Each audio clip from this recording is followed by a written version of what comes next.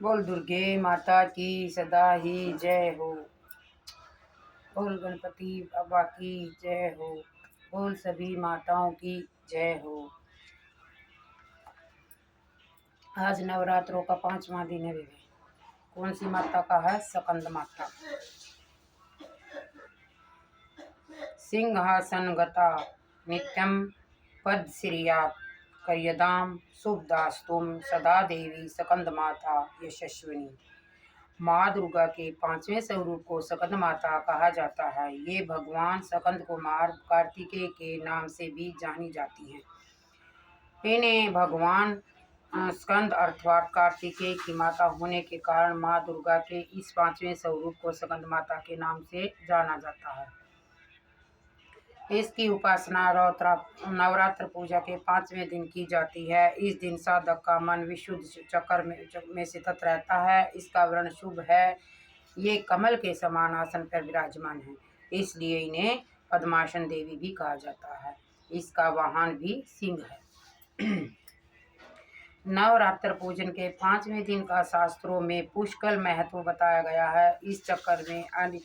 इस चक्र में अवस्थित रहने वाले साधक की समस्त ब्रह्मा क्रियाएं एवं चित्त वृत्तियों का लोप भी हो जाता है।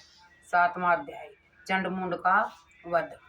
ओम ऋषि बोले, देवराज शुभ की आज्ञा पाकर चंडमुंड चतुर्मुखी सेना को के साथ लेकर देवी दुर्गा से युद्ध करने के लिए और बंदिनी बनाने के लिए चल दिए। हिमालय पर्वत पर पहुंचकर उन्होंने देवी को अपने वाहन सिंह पर बैठी हुई देखा। वे सब धनुष उठाकर और हाथों में तलवार उठाकर देवी के समीप पहुंच गए। देवी ने जब चंडमुंड और असुर सेना को देखा तो क्रोध में उनका मुख काला हो गया। उनकी भुरुकियां चढ़ गई और उन्हें ललाट से भयंकर विस्तृत मुख वाली लाल आंखों वाली काली देवी प्रकट हुई। वह अपने हाथों में तलवार और पास लिए हुई थी। वह चिंतित खंड धारण किए चीते के चरम की साड़ी तथा नसमुंडों की माला धारण किए हुए थी। उनका भयानक सूक्ष्म शरीर केवल हड्डियों का ढांचा था, जिससे यह अत्यंत भयंकर जान पड़ती थी।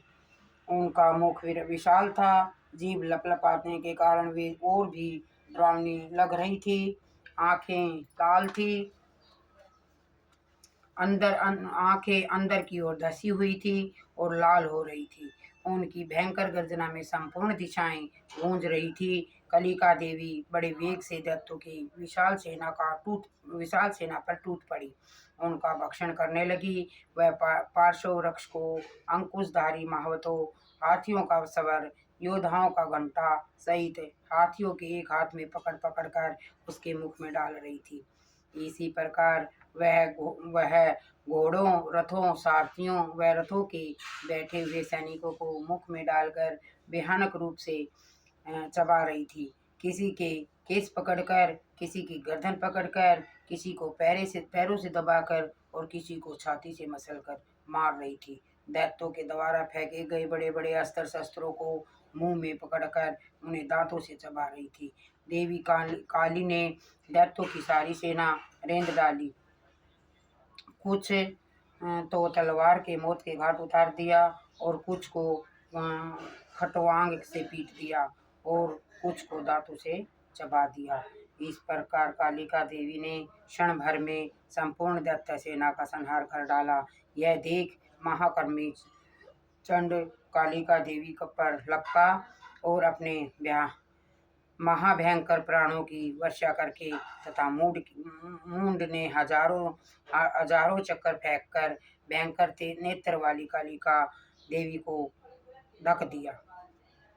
चंडमुंड द्वारा फेंके गए अस्त्रों शस्त्रों को देवी ने मुंह से इस प्रकार चबा दिया मानो सूर्य से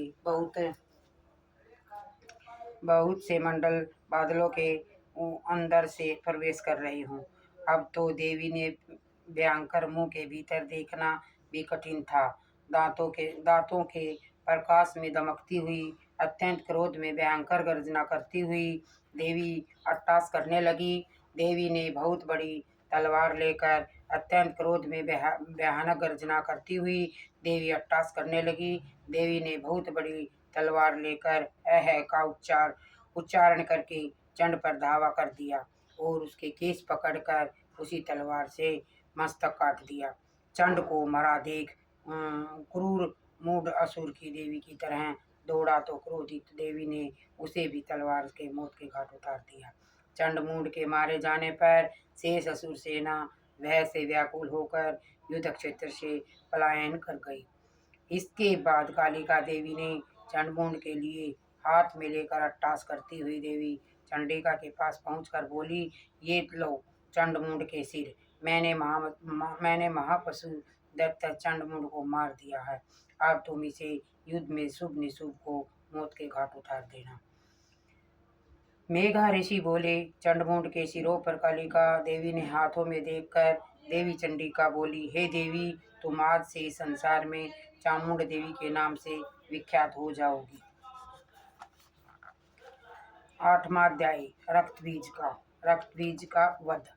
ओम मेघा ऋषि बोले, चंडमुंड के मारे जाने पर तथा बहुत सी सेना के मारे जाने से शुभ ने क्रोध में बहकर सारी असुर सेना को तैयार होने का आदेश दिया। उसके साथ कहा, आज उदयुद्ध नाम से 86 दत्त सेनापति अपने सेनाओं के साथ युद्ध के लिए प्रस्थान करें। कंबू नाम के दत्तों राज्यों में 14 सेना नायक अपनी वाहिनी के गिरे हुए प्रस्थान करे। कोटि वीर्य नामक 50 सेनापति और दोमरकुल नाम से जो सेनापति भी युद्ध के लिए प्रस्थान करें। कालिका, दोहृत, मयूरवंशी तथा कालवंशी असुर युद्ध के मैदान में पहुँचे। यह मेरी आज्ञा है। इस प्रकार राजा शुंभ भी स्वयं बहुत बड़ी सेना लेकर युद्ध के लिए चला गया। चंडिका देवी ने कहा कि शुभ भयानक सेना लेकर आ रहा है, तो उन्होंने अपने धनुष से डंकार करके पृथ्वी और आकाश के मध्य भाग को गुंजा दिया। उनके सिंह में भी महान गर्जना थी। चंडिका ने अपना घंटा बजाकर नाद दुना कर दिया, जिसे कलिका का मुंह भी बढ़ गया। धनुष की टंकार, सिंह की गर्जना और घंटे की आवाज से इतना शोर गुंजदार हो गया कि चारों दिशाएं परिपूर्ण हो गई। इस तुमुल नाद को सुनकर दैत्यों की सेना ने चंडिका देवी, वाहन शेर और कालिका देवी को चारों ओर से घेर लिया। हे राजन, ऋषि बोले, इस अवसर पर दैत्यों के विनाश के लिए ब्रह्मा, विष्णु, शिव, कार्तिकेय, इंद्र आदि देवताओं की शक्तियां उनके शरीर में निकलकर उन्हीं रूपी चंडिका देवी में के पास पहुंच गई। सबसे पहले हंस युक्त विमान का सवार कमंडलों ने सौभाग्यवती ब्रह्मा जी की शक्ति उपस्थित हुई, जिसे ब्राह्मणी कहते हैं।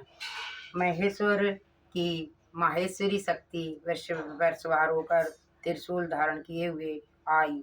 मोर पर आरूढ़ होकर हाथ में शक्ति लिए कार्तिकेय जी की शक्ति उन्हीं पर का रूप धारण करके आई। भगवान विष्णु की शक्ति गरुड़ का रूप होकर शंख, चक्र, गदा, सांड, धनुष तथा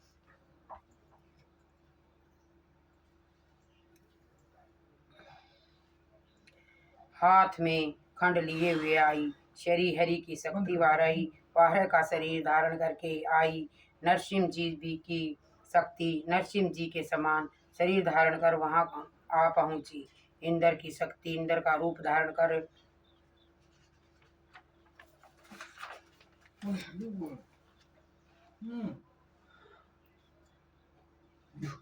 वज्र हाथ में लेकर ऐरावत हाथी पर बैठकर युद्ध में आ गई। तब देख शक्तियों सहित चंडिका देवी ने महादेव से कहा, मेरी प्रशंसा के लिए इन असुरों का संहार करो। इतना कहते ही देवी के शरीर में भयंकर रूप धारण किए हुए चंडिका की शक्ति प्रकट हुई, जिसकी चिंगार सैकड़ों चिंगारों के समान थी। अब उस अपराजित देवी ने दोमर रंग की जटा वाले शंकर जी से कहा, हे भगवान, आपने मेरे दूत के रूप में शुभ के पास जाकर उससे तथा निशुभ और दूसरे राक्षसों में से जो युद्ध करने हेतु आए हैं उसने उसे कहना कि यदि तुम जीवित रहना चाहते हो तो त्रिलोकीनाथ इंद्र को सौंप दो। देवताओं को उनका यज्ञ का भाग मिलना चाहिए और तुम सब पाताल लौट जाओ। यदि बल के घमंड में तुम्हें लड़ने की इच्छा हो तो उसे मिलना चाहिए। तुम सब पाताल लौट जाओ। यदि बल के घमंड में तुम्हें लड़ने की इच्छा हो तो फिर तुम्हारे मांस से मेरी योगनियां तृप्त होंगी। भगवान शिव को देवी के दूत के रूप में भेजा गया, इसलिए वे संसार में शिवदूत के नाम से जाने प्रसिद्ध हो गए। भगवान शिव ने देवी के दूत के रूप में जब महाअसुरों के पास जाकर देवी के वचन सुनाए तो वे सब क्रोध से भर गए और कात्यायनी देवी के युद्ध करने के लिए आगे बढ़े। राक्षसों के बाण शक्ति सृष्टि और आयुधों में देवी पर आक्रमण कर दिया। इस पर देवी ने अपने धनुष से पहने बाण छोड़कर राक्षसों द्वारा छोड़े हुए अस्त्र शस्त्रों के बच्चों के खेल के समान काट डाला। इसके बाद कालिका देवी ने उसने सम्मुख होकर शत्रुओं के शूल के प्रहारों की चीरती फाड़ती खंडवान से कुचलती विचरने लगी। ब्राह्मणी देवी भी जिधर निकल जाती वहां पर अपने कमंडल के राक्षसों पर जल छिड़ककर उन्हें बल और पराक्रम को नष्ट कर रही थी। इसी प्रकार माहेश्वरी भी अत्यंत क्रोध में भरकर त्रिशूल से तथा वैष्णो देवी अपने चक्कर से, कुमारी देवी अपनी शक्ति से राक्षसों का विनाश कर रही थी। इंद्री देवी ने अपने वज्र द्वारा सैकड़ों असुरों को काट डाला, जिससे वे पृथ्वी पर गिर पड़े। उनके शरीर में रक्त की धारा बहने लगी। वाराही देवी अपने तुंड के प्रभाव से असुर सेना का विनाश करने के लिए लगी। बड़े बड़े राक्षसों के सिर उनके चक्कर से काटकर पृथ्वी पर गिरने लगे। नरसिंह जी भी अपने नखों से राक्षसों की विदृंगणी करने लगी, भक्षण करने लगी और सिंहनाद में चारों दिशाओं को गुंजारती हुई रणभूमि में विचरण करने लगी। शिवदूती के प्रचंड अट्टहास से कितने ही दैत्य भयभीत होकर पृथ्वी पर गिर पड़े। उनके गिरते ही वह उनका भक्षण कर जाती थी। इसी प्रकार क्रोधित मातृगणों द्वारा अनेक उपायों से बड़े बड़े राक्षसों के मरते हुए देखकर राक्षसी सेना भाग खड़ी हुई। सेना को भागते देखकर रक्तबीज नामक महापराक्रमी असुर क्रोध में भरकर युद्ध के लिए आगे बढ़ा। रक्तबीज की विशेषता थी कि वे शरीर में रक्त की बूंदें जैसे पृथ्वी पर गिरती थी, परंतु वैसे ही शरीर वाले बलवान दैत्य पृथ्वी के उत्पन्न हो जाते थे। रक्तबीज हाथ से गदा लेकर इंद्र शक्ति इंद्री के साथ युद्ध करने लगा। जब इंद्री ने अपने वज्र से रक्तबीज को मारा तो रक्तबीज के शरीर में बहुत सा रक्त निकलकर पृथ्वी पर गिरने लगा और उससे उसी के समान रूप तथा महाक्रम वाले योद्धा उत्पन्न हो गए। इस प्रकार रक्तबीज के रक्त से उत्पन्न दैत्य मातृगणों के साथ घोर युद्ध करने लगे। इस पर देवी ने वज्र प्रहार के रक्तबीज का सिर काट दिया और उसके शरीर में से जो रक्त बहा उससे हजारों राक्षस पैदा हो गए। वैष्णव शक्ति से चक्कर द्वारा रक्तबीज को मारा तो उसके शरीर में ज्यों ही रक्त बहा तो उनसे हजारों उसी के समान महासुर पैदा हो गए, जिससे सारा संसार भर गया। इससे देवता भयभीत हो गए। देवताओं को डरा हुआ उदास देखकर एवं चंडिका देवी से काली देवी ने कहा, हे चामुंडे, तुम अपना मुख विस्तार से फैला लो। मेरे शस्त्र प्रहार से गिरते हुए रक्त को अपने मुख में पीती जाओ। इस प्रकार रक्त से उत्पन्न असुरों का भक्षण करती हुई ब्राह्मण करोगी तो रक्त बीज का संपूर्ण रक्त समाप्त हो जाएगा तथा रक्त के पृथ्वी पर गिरने के लिए राक्षस पैदा ही नहीं हो सकेंगे। इस प्रकार काली देवी को समझाकर देवी दुर्गा ने रक्त बीज पर त्रिशूल से प्रहार किया। तत्काल ही देवी काली ने रक्त बीज के रक्त को अपने मुख में पी लिया। उसी समय रक्तबीज ने देवी चंडिका पर गदा से प्रहार किया, परंतु उसके प्रहार का देवी पर कुछ भी असर नहीं हुआ। रक्तबीज के एक शरीर में बहुत सा रक्त बहने लगा, परंतु परंतु उसके रक्त को पृथ्वी पर गिरने से पहले ही काली ने अपने मुख में पी लिया। तत्कर तदंतर देवी चंडिका में रक्तबीज को वज्र, बाण, खंड तथा सृष्टि इत्यादि से मार डाला। इस प्रकार रक्तहीन होकर रक्तबीज पृथ्वी पर गिर पड़ा। रक्तबीज के पृथ्वी पर गिरते ही वह रक्तहीन हो जाने के कारण मर गया। रक्तबीज के मरते ही देवता उत्पन्न अत्यंत प्रसन्न हुए। मातृशक्तियां एवं महाअसुरों का रक्त पी पी कर मदोन्मत्त होकर नाचने लगे।